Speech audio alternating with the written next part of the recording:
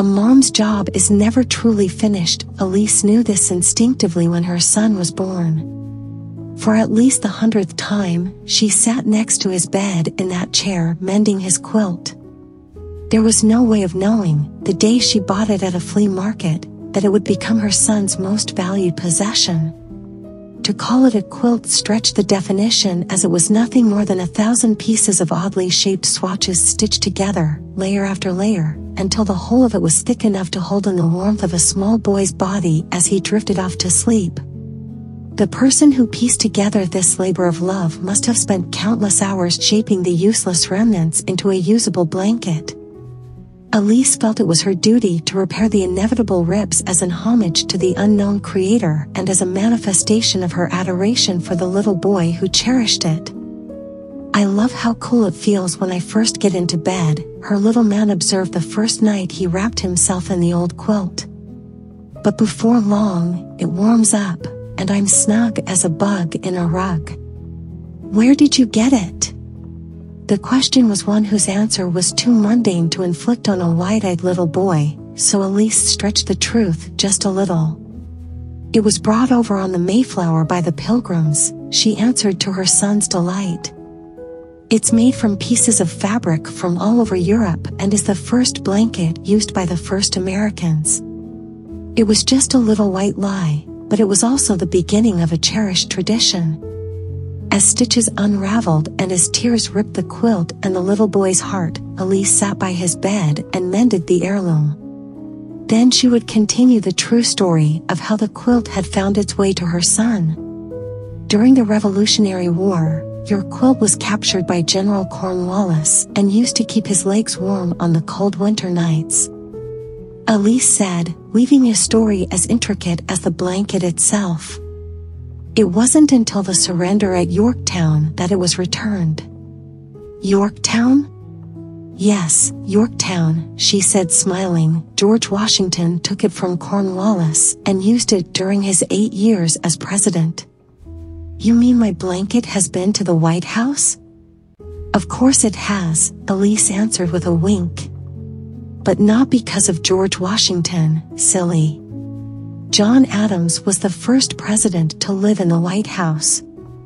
"Who then, Mom?" the little boy asked. "Who took my blanket to the White House?" "That's a story for later," Elise replied, kissing her son on his forehead. "Now you get some sleep, and I'll continue the story next time."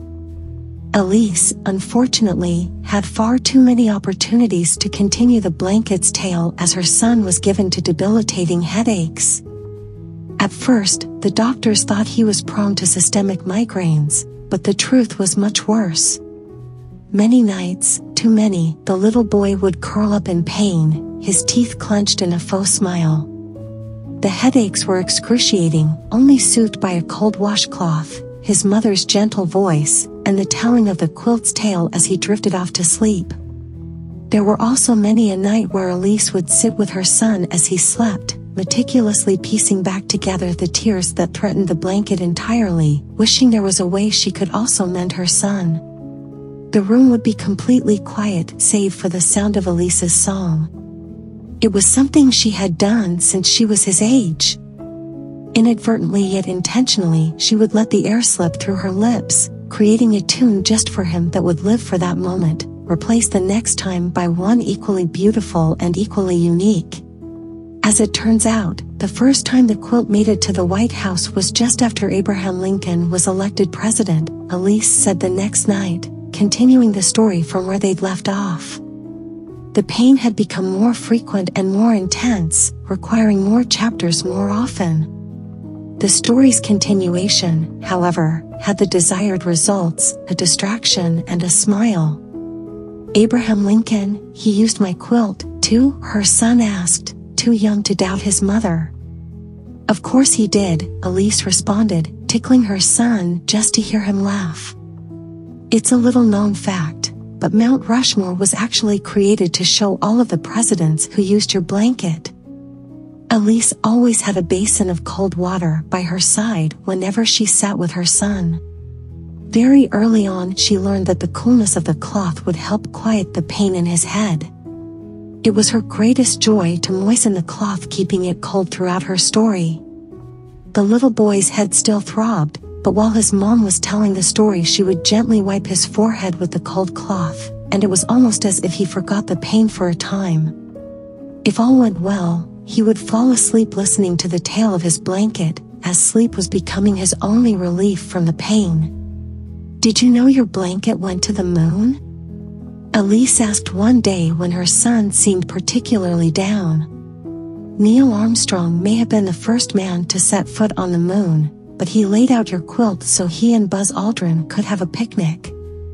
The idea of two astronauts having a picnic on the moon resulted in spontaneous laughter for both mother and son.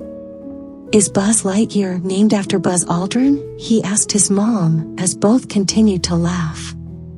"As a matter of fact, he was," Elise replied with a smile. "If you must know, Buzz Aldrin presented your quilt to Buzz Lightyear as a gift, which means your blanket has been to infinity and beyond." "Exactly," Elise confirmed as she refreshed his cloth and placed it back on his head. Day after day she would take her boy to doctors and then specialists and eventually to the hospital. Then, night after night, she would sit by his bed and tell the story of the quilt. Elise did everything she could to stretch out the story, and as each new adventure was passed from mother to son, so too was hope, in the only way she knew how. The night that she finished the story was, in so many ways, just like most of the other nights. Elise was home in her favorite chair next to her son's bed. Her breathing was labored and her voice unsteady. "And then I stopped by a flea market on my way home from the store, and there it was, your beautiful, wonderful blanket. I knew you must have it, so I scooped it up, paid the nice woman, and brought it home to you." Tears filled Elise's eyes as she sewed the last stitch on the old quilt. Holding it up, she remembered the first time her son covered himself with the blanket. "I love how cool it feels when I first get into bed. It's finally fixed. It's perfect," Elise said out loud, tears continuing to flow. "I love how cool it feels, too." Summoning every bit of her strength, she laid the beloved blanket on the empty bed in front of her. Being a mom is a job that is never truly finished, at least she had hoped so. With nothing else left to do for her son, she sat back in the chair and silently sobbed.